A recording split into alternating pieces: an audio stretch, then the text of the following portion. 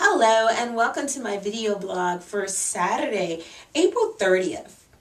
Now I know what you're thinking. You're looking at my headpiece and you're thinking, oh my goodness, Sassy, where'd you get that beautiful headdress hat? Well, I'm wearing this crazy nature-inspired hat in honor of yesterday's wedding between William and Kate. It was so fabulous. I mean, I don't know. It started off like a wedding, but somewhere in between there, it seems as though everybody was at some Lady Gaga concert. Because they all came in very sensible attire with crazy headpieces. And it really got me thinking, like, I can do that. I can do that. And I did. You can too. Yeah. Without all the money. But anyway, I got to move on because the wedding was absolutely beautiful. And you know, last week was a good week to be British. And that anyone with a British accent was definitely raking in the Cheerios all the way to the bank. And that it seems as though every media outlet was looking to get someone with some type of English influence, or anybody who could, you know, had the accent, and anybody who had actually been over in England or over in the UK, anywhere, they were actually pulled on to in front of the camera and just spouting out expertise about stuff that they really didn't know about, but that they just read on the internet like 20 minutes ago. And that's what happened. And that all week we heard about the big build up to the wedding. And the wedding did not disappoint in any regards, in that Kate's dress was absolutely beautiful. She looked beautiful. William, he looked quite handsome in his military attire. The Queen, she was bright in her yellow. Yes, everybody looked good. You know, and I was really impressed with the fact that how punctual they were, and that, you know, this was supposed to happen at that time, this was supposed to happen at that time, and it did. I mean, the wedding pretty much went off without a hitch. I was very impressed because, you know, if that had happened in the hood, we'd still be waiting for stuff to happen. We'd probably still be waiting on our orders. We'd still be waiting for things to get wrapped up. So kudos for them to actually keep into the clock. Quite impressive. And I really like the fact that after they got married, they went driving down the boulevard in that little Austin Powers car that the prince loaned them. That was a really cool touch. I wish the couple well, you know, kudos to them, cheerio, all in England, but we got to move on because there are a lot of things that are happening over in the States. And that, you know, last week was Easter, and you know that Easter bunny, he's got this thing where he hops around everywhere he goes. And I may need to hitch a ride on his tail, especially if prices continue to escalate. And what are those prices? I'm talking about oil prices. I'm talking about gasoline prices. And that every time you turn on the news, you're constantly reminded about how the prices are fluctuating up and down. It's like some auction. You know, $4. Can I get $5? $5. Can I get $5.10? $5.10? $5.10? Can I get $5.25? $5.25 over here. $5.25. Can I get $5.75? Like, no, you can't get any of that. I'm tired of these oil companies taking our money.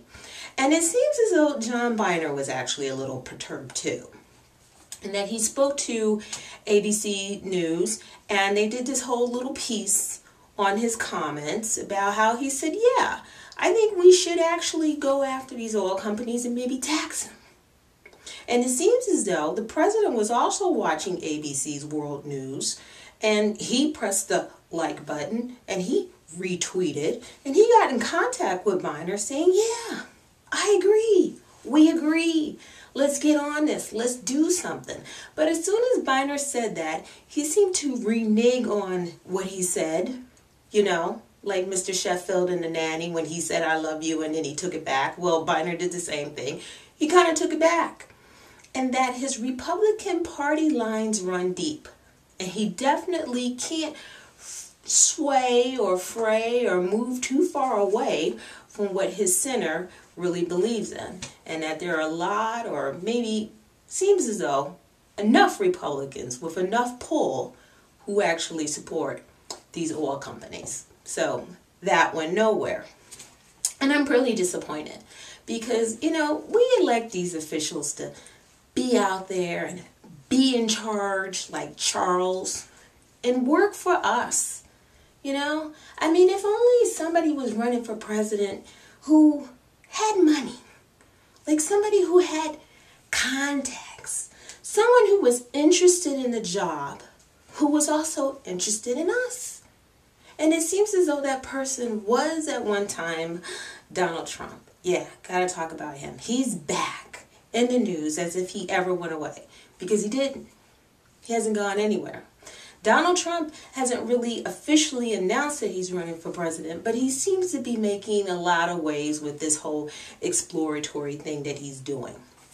And one of those things or waves that he's continually fluxing and moving about is the fact that he's all about the president and his birth certificate issue.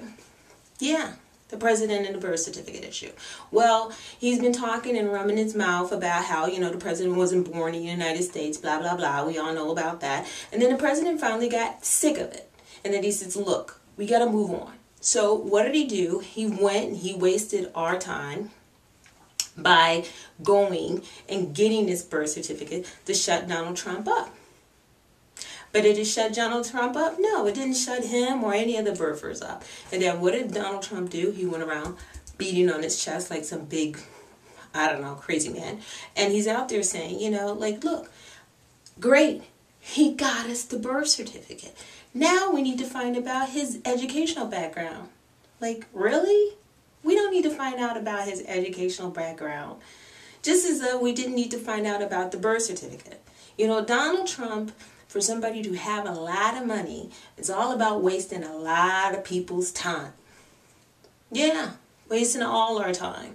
Because really, the president and his minions should be out there looking for ways to get the economy going, looking for ways to get jobs going, looking for ways to really build this country back up. Because the president doesn't have time to be running around getting birth certificates about something that we already knew existed. But that's what Donald Trump wants him to do. The same way Donald Trump went around talking about, you know, how he is for the people. And he gets along with people, like the blacks. And I had to hear that, and I said, really? The blacks? Like, what's up with that?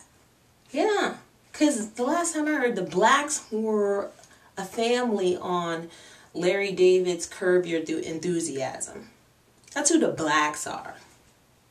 You know? Usually you use words like the in front of things, like the ladder, the cell phone, the pencil.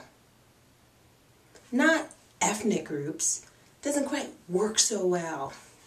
And I'm really surprised because, you know, Richie Rich, for somebody to have all this money, somebody to be such a big business tycoon, it seems as though you would own a thesaurus. I mean, Charlie Sheen does. He's always hitting us with new words. I mean, but Donald Trump likes to keep things pretty simple. He uses words like very, very, and many, many, and then he wraps it up with surprise. And then he wraps it up with amazing.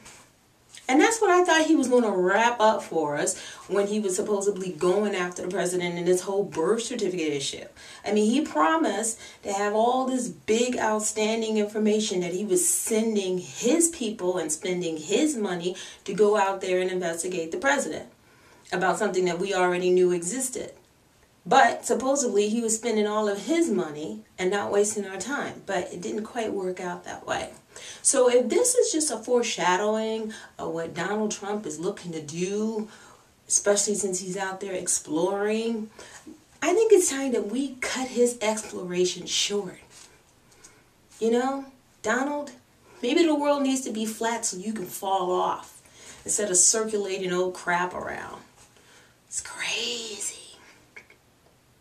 And before I go, I just gotta say that we gotta extend our love and our support to all those families who have been hit hard throughout this tornado season. If anybody knows of any really credible agencies that are out there looking to accept and provide donations and support for the families, please hit me up and post it.